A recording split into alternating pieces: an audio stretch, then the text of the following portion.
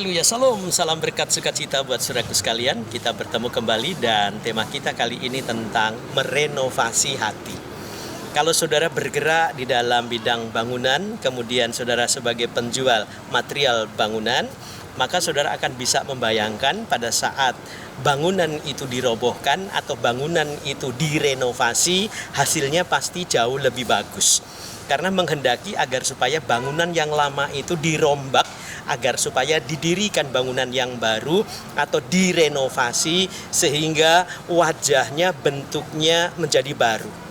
Kehidupan kita pun sama, saudara. Hati kita itu kecenderungannya, kata firman Tuhan, berbuat dosa.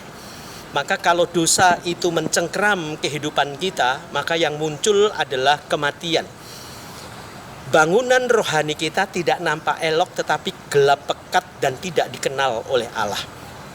Maka hati seperti ini harus direnovasi.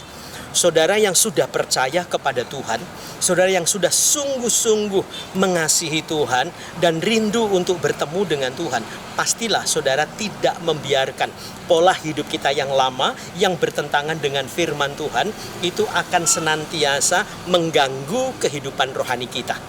Mari kita renovasi hati kita. Tatkala kekelaman itu menaungi setiap kehidupan hati kita, atau khususnya merusak hati kita, kita perbaiki. Rombak dia baik-baik. Kalau kita sudah jauh dari Tuhan, mari mendekatlah kepada Tuhan.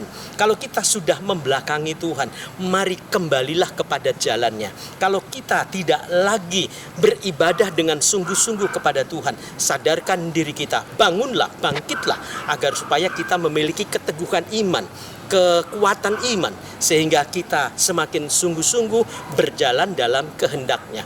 Saudaraku sekalian, merenovasi hati itu perlu karena firman Tuhan juga mengingatkan kepada kita. Jagalah hatimu dengan sungguh-sungguh karena disitulah terpancar sebuah kehidupan.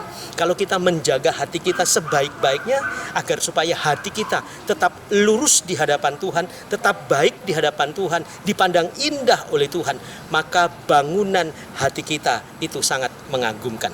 Biarlah Allah kagum dengan hati kita yang baik karena itu menyenangkan hati Tuhan. Sukses buat saudara dan Tuhan Yesus memberkati. Haleluya.